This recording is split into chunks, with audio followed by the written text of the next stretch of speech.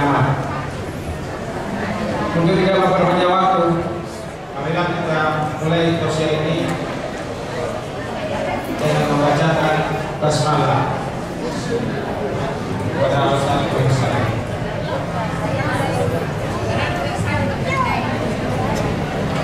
Bismillahirrahmanirrahim. Assalamualaikum warahmatullahi wabarakatuh. Innal hamdalillah nahmaduhu wa nasta'inuhu wa na'udzu billahi min shururi anfusina may yahdihillahu fala mudilla lahu wa may yudlil fala hadiya lahu. Rabbi ishrah lana sadrana wa yassir umurana wahlul 'uqdatam min lisanina wa yafqahu qawlana amma ba'd. Tuan-tuan guru, tokoh-tokoh masyarakat, bapak-bapak, ibu-ibu, dan seluruh jamaah sholat isya dan tarawih yang dirahmati Allah Subhanahu wa Ta'ala, pada malam yang berbahagia ini ingin saya sampaikan sedikit bagaimana kita mendapatkan malam Lailatul Qadar dengan keseharian ibadah-ibadah yang dilakukan oleh Rasulullah Sallallahu Alaihi Wasallam. Pada dasarnya untuk mendapatkannya itu mudah, karena Allah sudah jelas dengan segala firman-Nya dan hadis-hadis untuk mendapatkan malam Lailatul Qadar tersebut. Tertera di dalam Al-Quran, Lailatul Qadari khairum min alfi syahr. Malam Qadar itu atau malam Lailatul Qadar itu adalah lebih baik daripada 1000 bulan. Maka ada hal yang perlu kita cermati, dalam arti kata supaya kita tidak ketinggalan yang sedikit itu. Dengan yang sedikit itu kalau dirutinitaskan, insya Allah kita akan mendapatkan rahmat Allah Subhanahu wa Ta'ala yang tiada terhingga. Tentunya dimulai dari sholat subuh. Sholat subuh itu ketika azan berkumandang, maka sunnahnya kita untuk mengikuti apa yang dikumandangkan oleh muadzin. Ketika kita mendengarkan Allahu Akbar, maka kita menjawab terus sampai selesai. Setelah itu sabda yang disampaikan Rasulullah, bainal adzan wal iqamah, antara azan dan iqamah terdapat doa yang dikabulkan Allah Subhanahu wa Ta'ala. Jadi maksud saya, apa yang kita ingin munajatkan dalam hidup kita ini, tentunya salah satu adalah kebaikan. Kebaikan kita dapatkan, maka Rasulullah SAW menjanjikan dalam sebuah hadisnya 70 kali lipat. Sedangkan di dalam Al-Quran, yudha'ifu min kulli sumbulatin mi'atu habba. Allah melipat gandakan dari satu kebajikan itu habba, mi'atu habba, menjadi 100 kebajikan.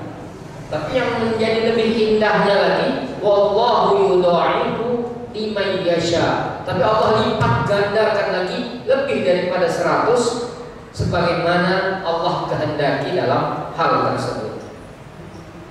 Terlebih-lebih Rasulullah selalu memotivasi para sahabatnya, umatnya dalam bulan Ramadan ini dengan mengatakan bulan yang agung, bulan yang penuh berkah, di dalamnya amal dilipat gandakan. Bahkan dianjurkan juga kita untuk memberikan buka puasa bagi orang-orang yang berpuasa. Tapi di tengah-tengah khutbah Rasulullah tersebut, sahabat mengatakan, ya Rasulullah, tidak setiap kami ini mampu dalam hal itu. Tapi Rasulullah mengatakan, Allah kurma, walaupun itu hanya seteguk air ataupun segelas susu. Apa maksud dari sabda Rasulullah ini? Artinya kita ingin merayakan, artinya menyemarakkan bulan Ramadan ini. Tidak ada satu alasan pun untuk kita untuk tidak memeriahkannya. Kalau tidak punya uang, kita menyiapkan seteguk air atau segelas aqua ini kan sudah bagus.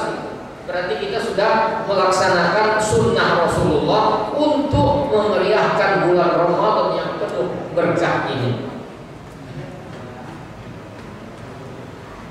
Dalam sabda Rasulullah ada 3 hal yang dikabulkan doanya itu. Salah satu la turaddu da'watahu, 3 yang tidak ditolak.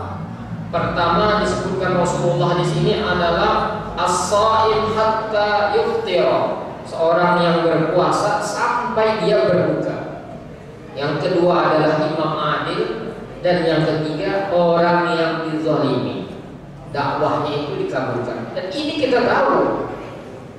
Maka kalau tahu kita seperti ini, mari kita pergunakan sebesar-besarnya peluang tersebut. Bahkan juga Rasulullah SAW pernah bersabda yang diriwayatkan oleh Imam Muslim. Kalau kita menyebutkannya rawahu Muslim, gitu ya, kita sebutkan juga Imam Muslim. Rasulullah bersabda, yaitu ma min 'abdin muslimin yusalli lillahi kulla yawmin isnata asyrata rak'atan tatawwu'an ghairu fadilah illa banallahu baitan fil jannah. Katanya setiap kita seorang muslim di dalam bulan puasa ini ataupun bulan selain puasa juga, kalau kita dapat melakukan 12 rakaat tatawu'an itu selain sholat fardu, jadi termasuk sholat sebelum subuh 2 rakaat, sholat duha, sholat qobliyah dan ba'diyah zuhur, sholat qobliyah asar, sholat ba'diyah maghrib, sholat qobliyah dan ba'diyah isya, dan sholat tahajud, dan sholat yang lainnya selain fardu. Jadi kalau sudah lebih, berarti kita sudah melaksanakan tidak hanya sekedar yang dianjurkan Rasulullah. Artinya kita jadikan hal tersebut sebagai kebutuhan kita di dalam kehidupan kita. Kalau kita ingin membangun surga di surga di akhirat kelak nanti. Banallahu lahu baitan fil jannah. Bahkan diriwayatkan Imam Muslim juga, bagi orang yang sholat subuh, maka dia berada di dalam lindungan Allah Subhanahu wa ta'ala. Man shalla subha fa huwa fi dhimmatillah fala yatlubannakumullah min dhimmatihi bi syai'in fayudrikahu fayakubbahu fi nar jahannam. Allah akan amankan dari api neraka. Ini kan Allah, Rasulullah memotivasi kita dari hal yang kecil-kecil. Sholat zuhur juga begitu. Azan berkumandang, kita jawab, kita ada peluang waktu, kita cepat ke masjid, menunggu iqamah yang akan datang sambil sholat qobliyah. Bahkan di dalam hadis yang disabdakan Rasulullah juga, bahwasanya bagi siapa yang menunggu, seorang hamba menunggu dalam waktu sholat itu, bahkan untuk sholat zuhur atau sholat asar iqamah, setelah iqamah itu, maka malaikat akan berkata kepada seorang tersebut, Allahumma ighfir lahu, Allahumma arhamhu hatta yansarifa aw yahdus. Jadi walaupun kita menunggu begitu ya, tapi malaikat memberikan doanya, manjatkan kepada Allah, ya Allah ampunkan sebulan itu, ya Allah berikanlah rahmat sebulan itu, sampai dia pergi dari masjid ini atau berhadas kecil ataupun berhadas besar. Jadi jangan kita kira pula pergi cepat ke masjid itu tidak ada pahalanya, tidak ada apa. Ini adalah merupakan rahmat Allah yang tiada terhingga. Begitu juga sholat Jumat, seluruh sholat bergegaslah kita. Kalau ada waktu kita baca Al-Quran. Ini yang paling penting. Karena afdhalul ibadah qiraatul Quran. Ibadah yang paling afdal adalah qiraatul Quran. Kenapa kita katakan begitu? Bilal sudah menyebutkan berkali-kali syahrul Ramadan alladzi unzila fihi al-Quran hudan linnas wa bayyinatin minal huda wal furqan. Tak kita baca Al-Quran itu, berarti naik sekali rasanya di bulan suci Ramadan di mana turun Al-Quran, tapi kita tak membacanya. Minimal kita mengkhatamkannya seumur hidup. Kalau bisa setiap tahunnya, seumur kita. Kalau 20 kali khatamkan Quran ini.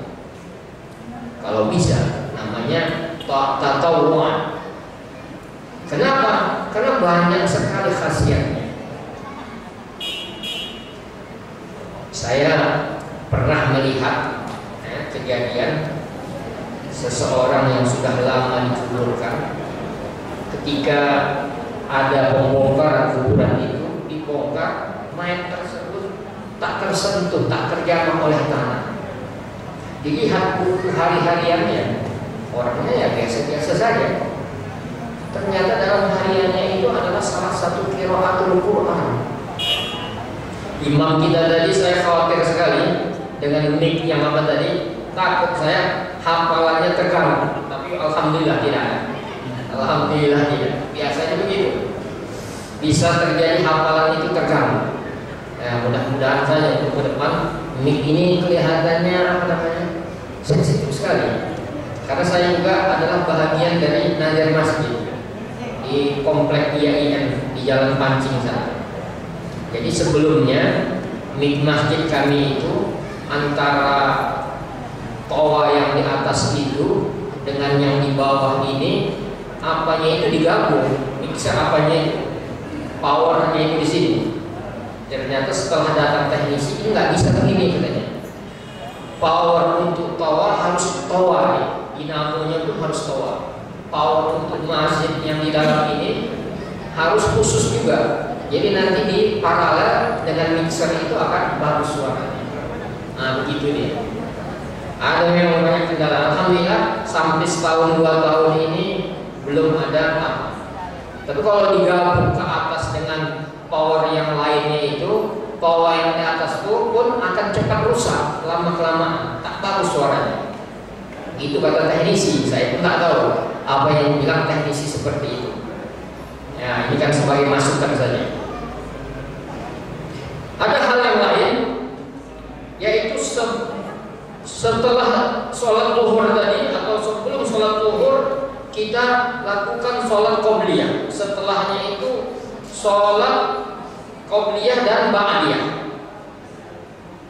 Nah, maka azan kita dengar, kita terus menjawabnya. Jadi dianjurkan juga di sini ketika kita menunggu sholat itu, bacalah Al-Quran walaupun hanya 1 ayat 2 ayat, baca saja. Tidak perlu pakai pikiran, sedikit sekali tidak, baca ya. Kata Rasulullah, ketika Rasulullah khawatir akan hilang hafalan Quran itu, disebutkan di situ ditegur dengan harif lisan, kerahkan saja lidah kita ini. Begitu kata Allah Subhanahu wa Ta'ala. Insya Allah akan lengket nanti di dalam hati kita. Maka bagi orang-orang yang bekerja, gunakanlah dalam menuju dari rumah ke kantor, pergunakan waktu untuk minimal istighfar kepada Allah, atau di dalam radio mendengarkan bacaan ataupun qiraatul Quran ketika dalam bekerja. Di kantor juga itu, kalau ada kesempatan kita baca terus Al-Quran tersebut. Karena sebab Quran ini kalau kepala keluarga yang membacanya, nanti yang di bawah-bawahnya itu akan dilindungi Allah Subhanahu wa Ta'ala.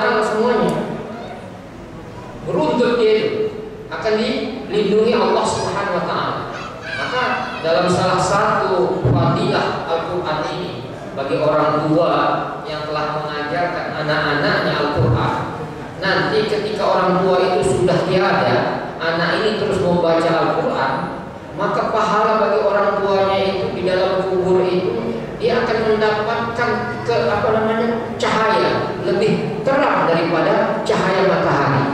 Begitu sabda Rasulullah SAW.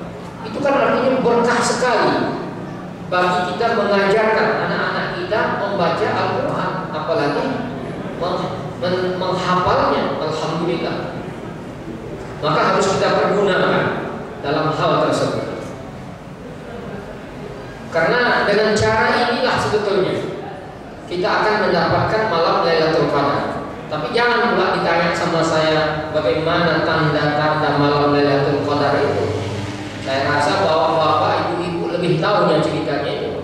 Kadang-kadang mengatakan ada pohon tunduk atau macamlah tanda. Kita disibukkan dengan hal itu, tidak disibukkan dengan zikir. Sebetulnya itulah kekurangan kita. Jadi menceritakan itu sajalah, tak ada kita berzikir, tak ada kesehari-harian. Kita baca dari mulai subuh itu qiraatul Quran, zikir, beristighfar. Sudah capek sebentar, tidur sebentar. Kalau ada waktu lagi kita bangun, kita baca. Kalau bagi yang bekerja, beristighfar. Bagi ibu-ibu ketika sebelum azan maghrib, pergunakanlah waktu menyiapkan tersebut, yaitu dengan beristighfar ketika menyiapkan makanan-makanan untuk disiapkan untuk berbuka puasa. Jadi tidak ada hal yang terlewatkan sedikit pun. Dari istighfar kita, bertasbih kita kepada Allah Subhanahu wa ta'ala. Karena inilah yang akan mendapatkan. Karena begini, saya lihat para sahabat Rasulullah, khususnya juga Rasulullah SAW yang dijamin masuk surga, tak pernah dia itu beramal itu terus menerus, tak berkurang begitu. Sampai Aisyah istrinya merasakan gelisah dengan bengkaknya kaki Rasulullah. Tapi Rasulullah menjawab, aku ini ingin menjadi hamba yang bersyukur kepada Allah. Jadi atas renungan inilah saya pikir orang yang mendapatkannya itu akan merasakan kurang terus di dalam ibadahnya itu. Tanda-tandanya seperti itu. Sahabat Rasul 10 yang dijamin masuk surga seperti Abu Bakar As-Siddiq radhiyallahu anhu, seperti dibaca Bilal tadi, tetap tidak pernah lemah ataupun tak mau dia karena aku sudah dijamin masuk surga, udahlah cukuplah itu aku beramal. Manusia sekarang kan begitu, merasakan sudah cukup. Orang yang beriman itu tanda-tandanya tidak pernah kena di dalam hidupnya. Selalu ia merasakan kurang terhadap apa yang dia kerjakan dalam ibadahnya sehari-hari. Itulah tanda-tanda orang yang beriman kepada Allah Subhanahu wa ta'ala. Orang yang cetek, pikirannya dangkal, dia selalu merasakan sudah semaksimal mungkin di dalam hidupnya. Kalau kita merasakan seperti itu, maka Rasulullah lebih berhak mendapatkan hal tersebut. Tapi Rasulullah tetap beribadah kepada Allah. Sahabat Abu Bakar tetap mengembangkan Islam, karena Abu Bakar saya rasa tahu dijamin Allah masuk surga, karena Rasulullah yang memberitahukan hal tersebut sebelum Rasulullah meninggal. Tapi tetap mengembangkan Islam, bahkan memerangi orang yang mengingkari membayar zakat, mengingkari hanya tradisi Rasulullah, dia perangi. Bahkan akan dia penggal bagi orang-orang yang tidak beriman terhadap zakat tersebut atau mengingkarinya, bahwa itu adalah tradisi dari Rasulullah, tapi itu adalah merupakan ujung tombak daripada Islam. Begitu juga sahabat-sahabat yang lainnya. Ini kita maaf cakap, kalau sudah haji 2-3 kali katanya Allah sudah berhutang sama kita katanya. Pikiran dari mana ini mengatakan seperti itu? Oh sudah hebat lah ya, sudah 3 kali, 4 kali, 5 kali. Tidak ada yang menjamin hal itu kecuali keimanan kita kepada Allah Subhanahu wa ta'ala. Maka kalau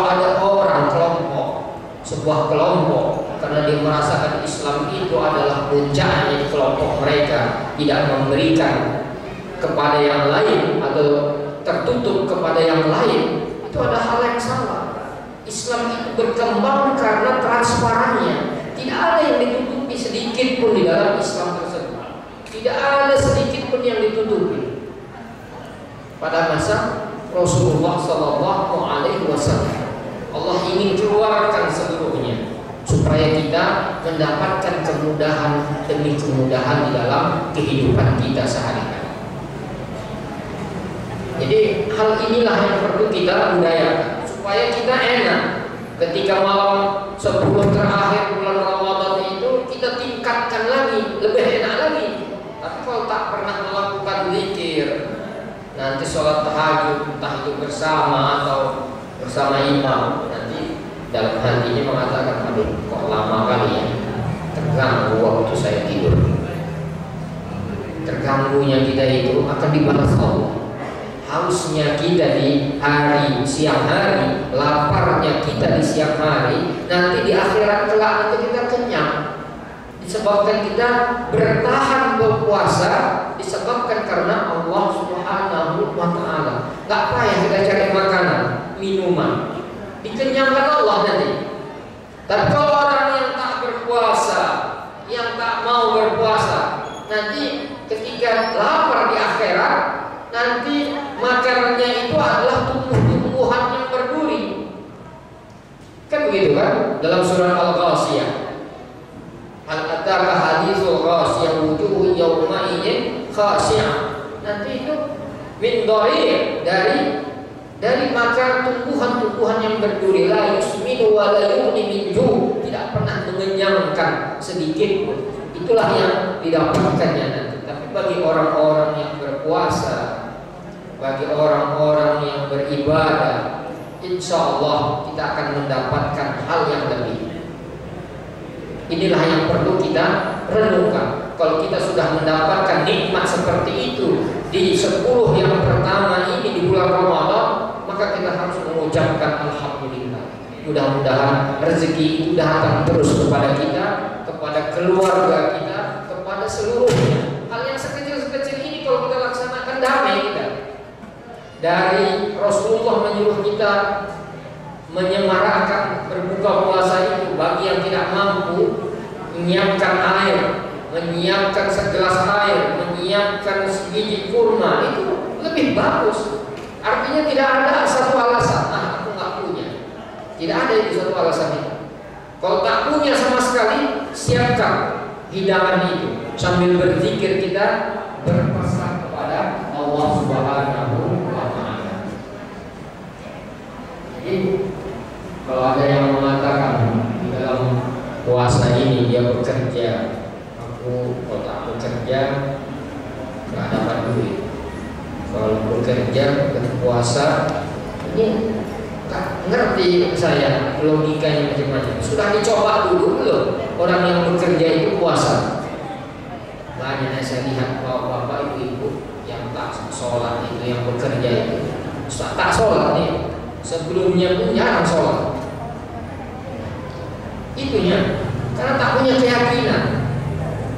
Kurang apa lagi pada masa Rasulullah. Kalau kita lihat Gua Hira sana, ketika Rasulullah dikepung oleh kaum kafir Quraisy, itu istri Rasulullah Khadijah itu naik turun tiap hari untuk mengantarkan makanan, dan jalannya terjal, tajam sekali, tapi sanggup istrinya itu. Besoknya gitu juga diantarkan, besoknya juga mengantarkan makanan. Itu seorang wanita, bukan pria, bukan laki-laki, tapi seorang perempuan. Begitulah kalau kita sudah dihadapkan sesuatu masalah itu dengan hati yang suci dan bersih, segala yang berat itu pun bisa. Dan yang lebih anehnya lagi, kalau kita lakukan segala ibadah itu dengan kerinduan, itu akan menjadi lebih mudah. Buktinya apa?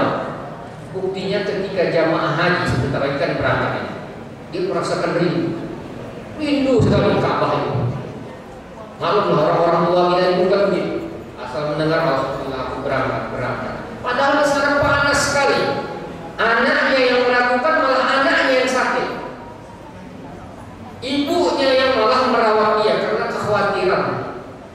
Karena rindu orang tua juga tak terasa.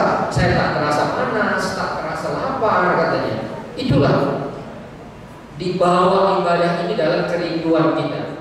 Dengan membaca Al-Quran kita rindu, dengan puasa kita rindu, kita akan mendapatkan keringanan demi keringanan. Itulah puncak ibadah yang paling bagus kita dalam beribadah dalam kesehari-harian kita. Ya, mudah-mudahan dengan ceramah yang singkat ini mendapatkan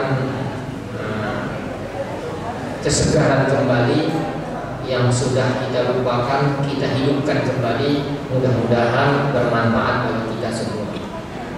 Kalau ada yang bertanya kami persilahkan, kalau tidak tutup pendapat.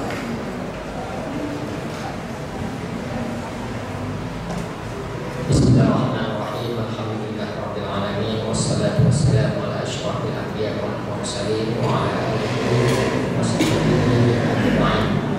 Allahumma alhimna rushdana wa namshi bihi bil ulumat ya Allah. Jadikanlah apa yang kami dengar, pengajian demi pengajian, itu adalah cahaya bagi kehidupan kami ya Allah.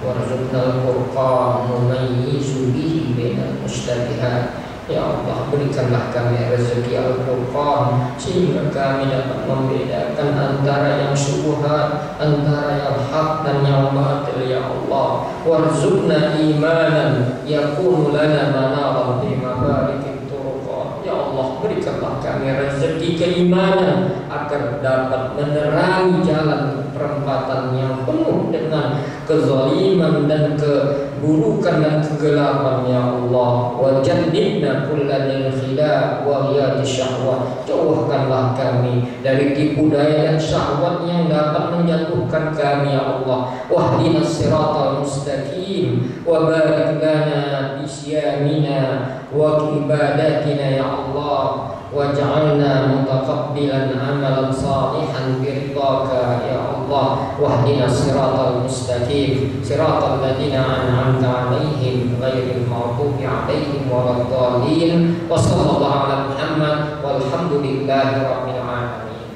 Assalamualaikum warahmatullahi wabarakatuh. Waalaikumsalam. Bapak Ibu sekalian, demikian tausiah ramadan kita yang telah disampaikan oleh Ustaz Haji Fazlul Haq Al-Syekhana. Marilah kita akhiri tausiah kita ini dengan bersama-sama membaca hamdalah. Alhamdulillahirabbil alamin. Wabillahi taufiq wal hidayah. Wassalamualaikum warahmatullahi wabarakatuh.